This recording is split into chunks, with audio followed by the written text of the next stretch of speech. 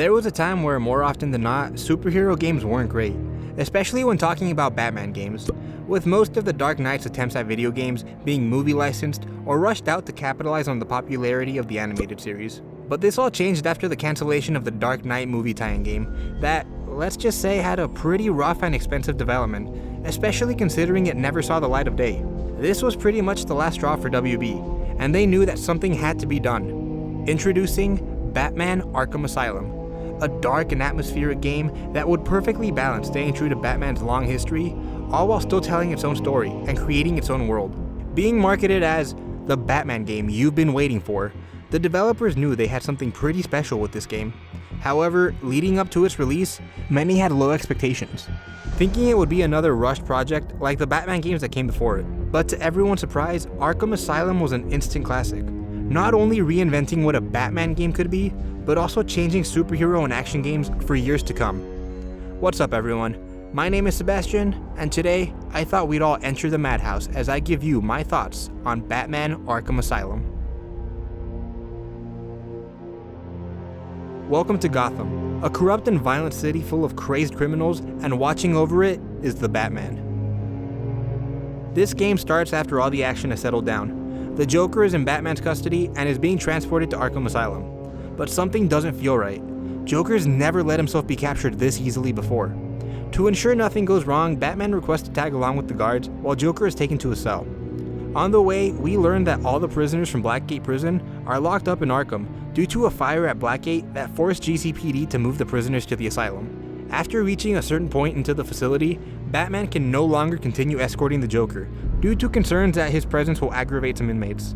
The second Joker is separated from Batman, he breaks free and takes control, letting Arkham's inmates run wild throughout the asylum. As it turns out, Joker wanted to be captured this night, and he has some pretty big surprises planned for Batman, who is now trapped on Arkham Island with some of Gotham's most insane and dangerous criminals.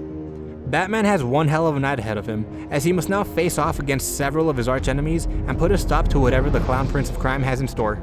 I gotta say, I love the intro to this game. If I were to make a list of the best video game intros of all time, you're damn right I'm putting the opening to Arkham Asylum in there. You instantly know that this game takes place in an existing universe.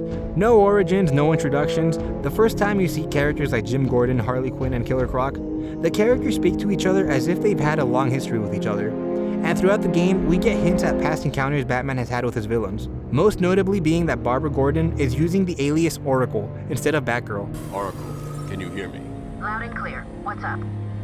Proving that this game takes place in a post-Killing Joke world, Batman's been at this whole vigilante thing for quite some time, and is well acquainted with his infamous rogues gallery.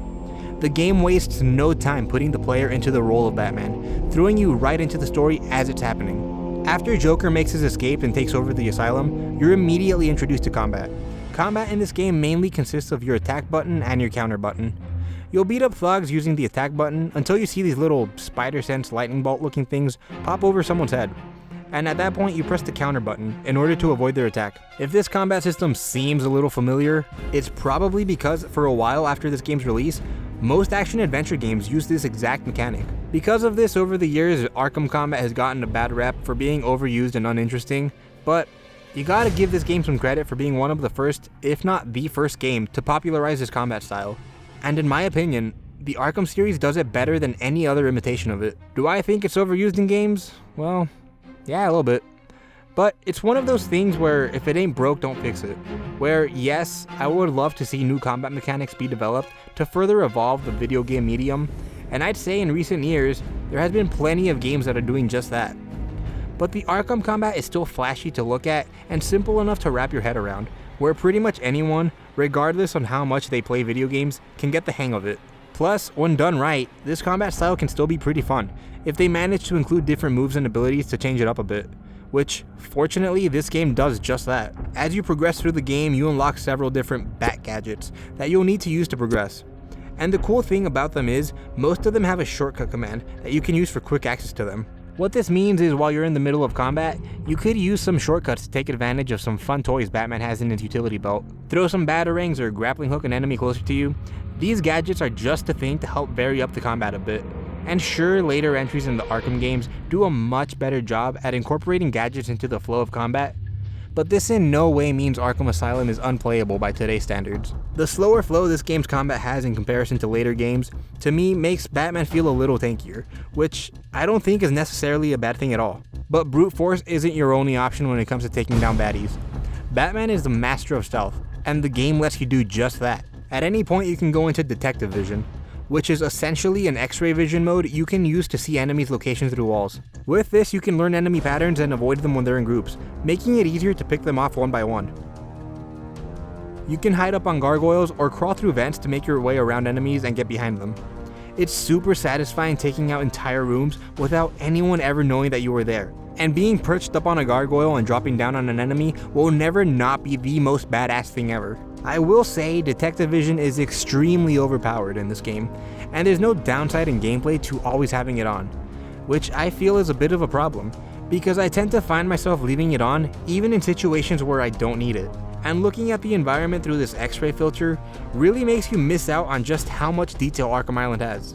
So aside from detective vision making stealth too easy, it also ruins a bit of the atmosphere. And you could make the case that you don't have to use it, but I mean it's still a mechanic that's there and is super useful, so why wouldn't you? So far I've talked about how cool it is being fucking Batman, but I want to dial it back a bit and talk about what I think is the real star of the show here, and that's Arkham Asylum itself. The map is designed to be fully explored as a Metroidvania, being open enough to where you want to see what's around every corner and behind every door, but it still restrains the player by often teasing them with an area that they can't get into because they don't have the necessary gadget in order to enter that area just yet. Making the game a Metroidvania was crucial to the point that you are not in control here, the Joker is, and you aren't seeing anything he doesn't want you to see yet. Say what you will about this game feeling small for not being a big open world like the rest of the Arkham games, but this tight claustrophobic feeling of Batman being locked in with insane inmates is a feeling that is unique to Arkham Asylum, and that in itself, I think, instantly makes this game feel special in comparison to the sequels. Arkham Island is filled with so many Easter eggs, secrets, and small details that add to the experience of the game, but also to the idea of this lived-in and pre-existing world. This brings me to the infamous Riddler Trophies. Now, the Riddler Trophies have left a bit of a bad taste in everyone's mouth with the later open world entries of the series, but I'm happy to say that I actually think they're pretty cool in this game. This was before Rocksteady went absolutely batshit crazy with them and scattering really annoying puzzles everywhere you'd look. Collecting them all is more than doable in this game, and I really like the ones where you have to solve an actual riddle because the answers to them are always super cool Easter eggs. There are things like confiscated weapons or accessories from different Batman villains, seeing things like a Wayne Enterprise building way off in the distance, or finding the cells where famous Batman villains are kept.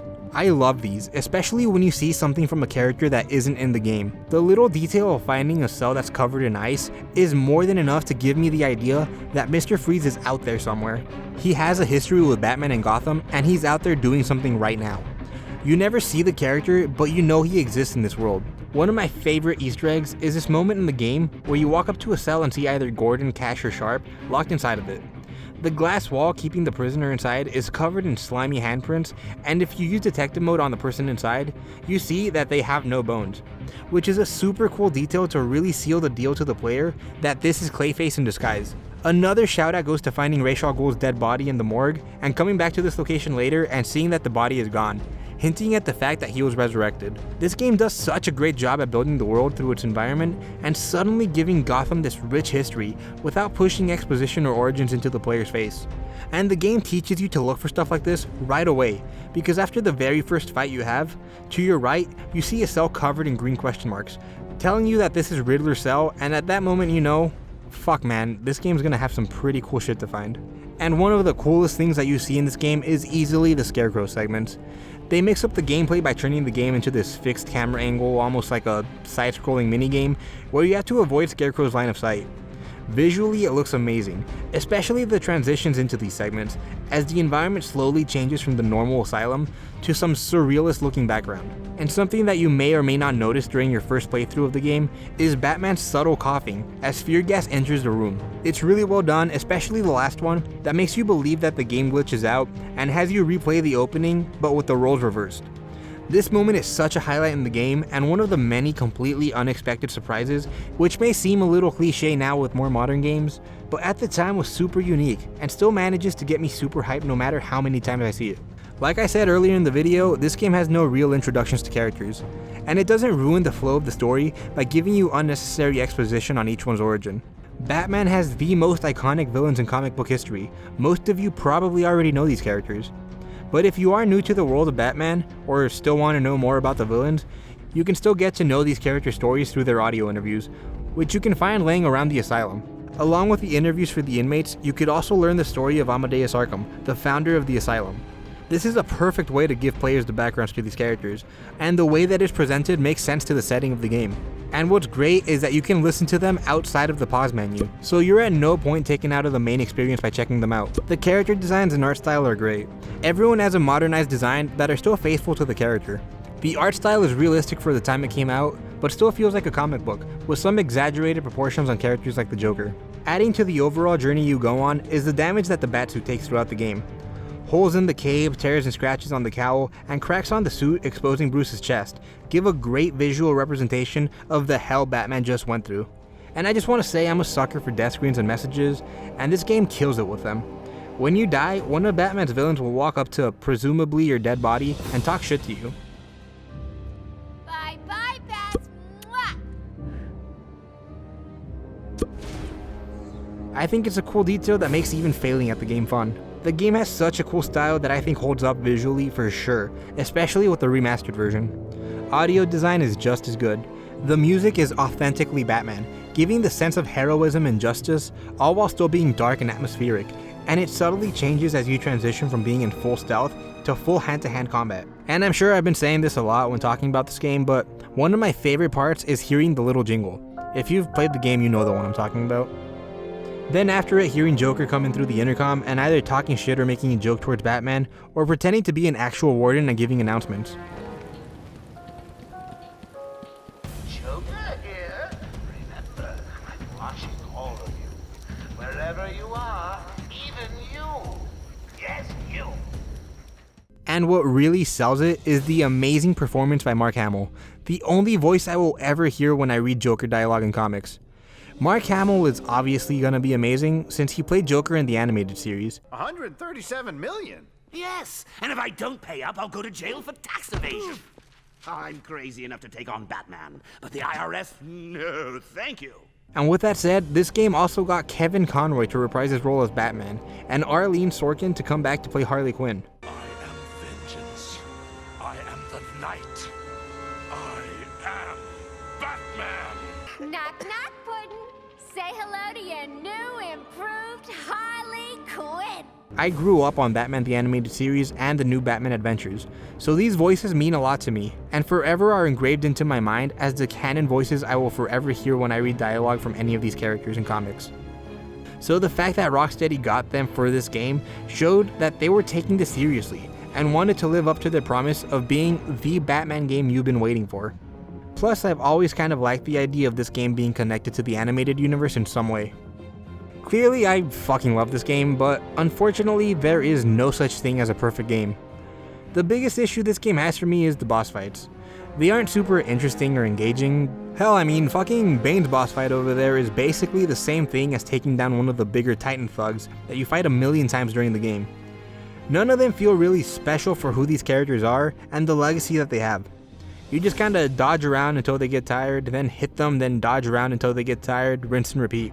The most unique one is probably Killer Croc, but this is also probably the one I hate the most.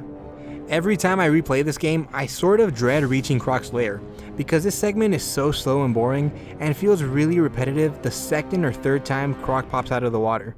It also looks really buggy when Batman is standing on a pallet that's being moved around by the water, and he doesn't react to it in any way. The game does such a good job at building up each one of Batman's villains, giving each of them their own hype moment when they first show up, but for how cool Batman's rogues gallery is in this game, I don't feel like the boss fights are a good enough payoff for them. And don't even get me started on the game's final boss. So throughout the game you learn that Joker's been working on a formula called Titan, which is supposed to be a much stronger version of Bane's Venom serum. Joker plans on making an army of mutated Titan freaks, and at the end once you finally reach Joker, he uses the Titan on himself. I tend to exaggerate a lot when I speak, but know that I mean it when I say Titan Joker is one of the worst character designs I think I've ever seen in a video game. A giant roided up Joker is something that I don't think I ever needed to see in my life. It's also weird hearing Joker's voice coming out of this hulking monster. Like, every other Titan thug just kind of mindlessly grunts, but Joker keeps his intelligence. I don't know, just a small nitpick that bothers me.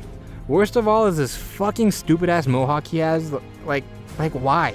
They tried so hard to make this look cool, but I'm sorry, I just don't like it. The gameplay here is just as bland as the character design. You fight thugs like you have throughout the entire game, while Joker just kinda stands there, throws shit at you, and poses like an idiot. Then you pull him down and punch him a lot as he just kinda sits there not doing shit. Then he gets back up and does the same thing 2 more times. To Rocksteady's credit, thinking of a boss fight for the Joker does seem pretty hard, and I mean, they had to do something that felt like a big enough moment to end the game with, so I mean, I don't fault them for trying. The last small gripe I have that I guess I'll mention is that I feel like it's really easy to get stuck on geometry in the level, but I mean, that's whatever. It doesn't bother me that much, but I figured I'd mention it because, I mean, I'm grasping at straws here trying to think of things I don't like about this game. Like, fuck, this is a damn good game, you know?